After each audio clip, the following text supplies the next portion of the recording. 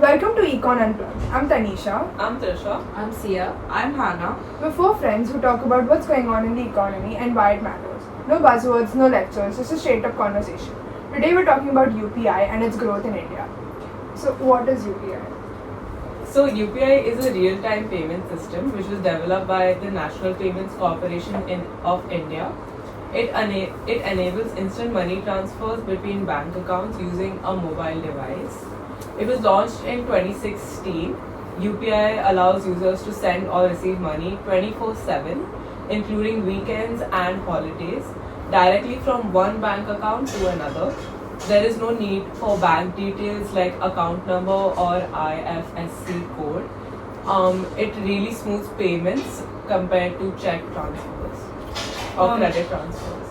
So each user links their bank account to a UPI enabled app. Like you all know Google Pay, there's Phone Pay, Paytm, Bharat Pay, what? Apple Pay. Yeah, Apple Pay. It's not a UPI. It's not. No, What is it's it? not. What is it? It's like you Apple- can put your credit card info on your phone. No, so you can- basically UPI is Indian. But Apple Pay is like UPI. only. It is like UPI is Indian authorized payment systems. Apple Pay is not authorized in India. Oh yeah, it's not. Oh. like UPI. Beam and all of these Apple Pay apps. is not allowed in India. No, you can't use Apple Pay. Your payment can be made using either one of these details: your UPI ID, your phone number, QR code, or your account number, plus IFC. But IFSC is like less common because payments are like more automated. So it has made payment systems more instant and secure. Yeah. So, other than the formal introduction, we all know what UPI is. We use it in our daily lives. Yeah. Now there's kid-friendly versions called FamPay. Yeah. Yeah. So it is just fast-forwarded Indian payment systems and made them very efficient in general. In like there've been over 12 billion transactions per month, and it's accepted by like millions of merchants. It's made payment and trade much easier Yeah. in India. So basically, the key difference between UPI and cards is that when you have cards, there's like middlemen, so it goes to a lot of bank accounts like the merchant bank and all of that. Whereas UPI connects your bank directly from the receiver, like the person who's making the payment to the receiver. So, India, why we're talking about India is it is one of the world leaders in digital payments today, with almost every household having the ability to transfer money through UPI. One of the reasons UPI became popular in the country was because of the COVID pandemic, where cashless payments were imposed by the government to promote safety. Which now has led to a lot of future developments like UPI Lite, credit on UPI, even UPI for international use where you can transfer money to foreign countries. Yeah, and India's UPI system isn't just a payment system, it's basically like public digital infrastructure because with your Visa or MasterCard, there was a merchant's fee that had to be paid, whereas with UPI it's nearly like free. So it enables street vendors as well and all of these people to trade using Really UPI. like seamless transfers because there's no money which is like added like or lost Yeah. on the payment. And it's accessible in like every tier city, like tier 1, tier 2, tier 3 and tier 4 cities. Exactly. So the thing is, while UPI is a revolutionary system and it's a global success story, it has a lot of drawbacks. So let's talk about some of them. The first one being fraud or phishing. With the rise in the usage of UPI systems, there's also been a lot of phishing and fraud that comes with it. There are often fake UPI IDs that can, misdirect users. They end up paying someone else instead.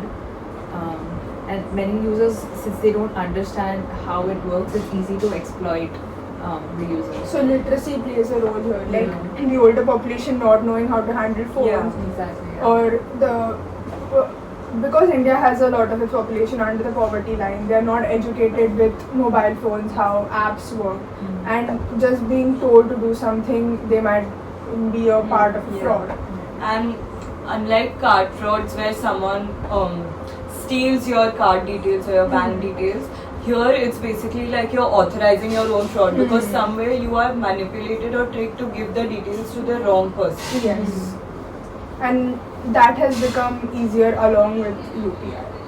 So as you mentioned that there is a zero MDR, like a merchant discount rate. This is actually somewhat an issue today. Not for the people, but more so for the companies who actually hold these apps. It's very difficult to make a profit in this industry because you aren't getting a certain sum of a percent of the transaction because it is supposed to be seamless one. It's almost zero.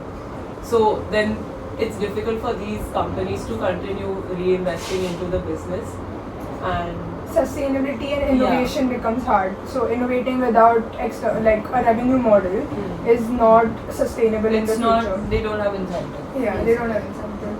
So another issue that comes up with this is monopolies. Right now in the Indian market, only a few companies hold majority. Phone PhonePe and Google Bharat Pay. Pay. Google Pay and PhonePe both Paytm. are highest share. Yeah. So what that does is new startups cannot penetrate the market, and without sufficient investment, they also cannot succeed in the market. And UPI is not even like an emerging model. It's not something that there's a lot of work left to do on. So there's not really a product differentiator for different market, for different companies to come into play. So And then, there's also the concentration risk. Suppose a major company, suppose Google Pay, it crashes, it goes down, then it's really difficult or it's time consuming to shift to another mode or another app. So, like then there's the concentration. So there's larger dependency on one UPI company. now. another factor with few companies holding majority is privacy concerns. Because so many people in India use these UPI apps, their private information, their payment structures are often data points that a few top companies hold, which could become a risk for the general population.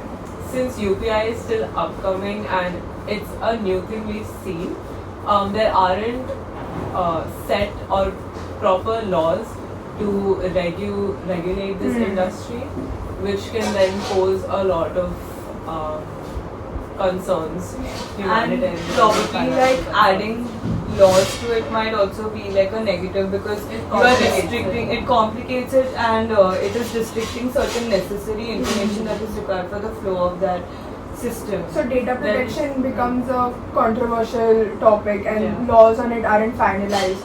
So And then there's also like bureaucracy costs that these companies will have to pay off, which then further reduces the profit margin these companies are making. So there's always like ongoing debates about consent and usage of private data, because all these companies such as Paytm, Google are private companies which could potentially exploit this data.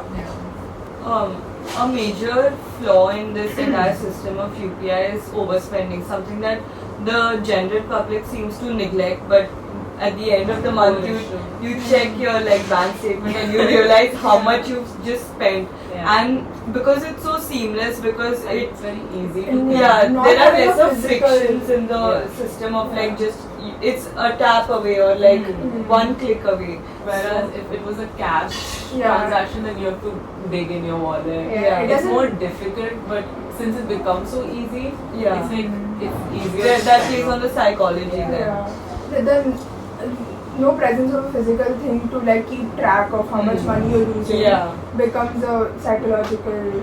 But then somehow that is issue. becoming better for our economy because Yeah, AD they're is rising, spending right? more. They're spending more. But is the spending happening on Consumable essential goods? capital. Yeah. So another problem with India is a lot of the banks connected to these UPIs don't have the essential infrastructure to efficiently handle the online transaction, making the weak backend limitations. Some smaller banks have outdated infrastructure, so there's a lot of like frequent downtimes or poor user experiences. And So another issue that came up was local vendors in Bangalore protested against UPI because they have to pay taxes or something. Yes, so because it is all digitized, the payment system, the GST tracking system, It's applying to them. yeah, it's applying to them again, but they still fall under the bracket for paying taxes. So they were charged a lot more than they actually earned because of UPI transactions. But How wouldn't does that work They were adversely? Like, charged taxes. if they could just say that, like, it's so easy to commit fraud with UPI. No, because They might just like not list it as an earning, or just like they can just say it's a normal transaction. Like when you get paid for Mhm. selling something, yes, instead of, okay, I'm not trying to teach how to do fraud. Instead of saying that someone has paid me in exchange for a product or service, Mhm. they could just say that it's a family member transferring some old money. okay. So then they could just avoid the tax. But with then they these are doing small- it on the official like But they can ID, see- right? Yeah, they have a business Oh. ID. But wait. How are they like getting charged more? So small vendors, they get small amounts of cash every time they sell Yeah, something, but they don't. They pay the back end, like when they pay for their actual supplies, they're paying in cash or they're paying in a lump sum amount, which doesn't get tracked by that UPI system. So the UPI system only sees money that's coming in, not the thing that's going out. So Also, think the whole thing is profit. yes, it thinks the whole thing is their income, which it isn't. They lie under the income bracket and where they don't have to pay taxes. So Are when they got forced to pay taxes? so no, when they got the income tax letter of so much we have to pay, they started protesting against UPI.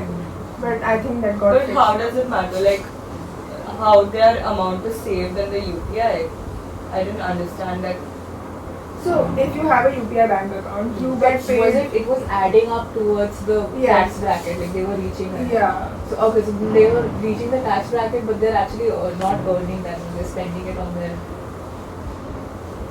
like everything that they're So- earning is just counted as income for them. Oh, okay. So like the number that basically shows is not inclusive of tax. No, they're not showing their what they've spent. They're not showing their spending. They're just counting the whole figure. Okay. Like they're saying the whole thing is profit, Hmm. not income. Just Okay. To conclude today's episode, we talked about UPI and its growth in India, what it means and how it works. Also the negative aspects of UPI like fraud, transaction failures, zero MDR policy, privacy concerns, etc. That's all from Econ Unplugged. Plug back in next time. Bye.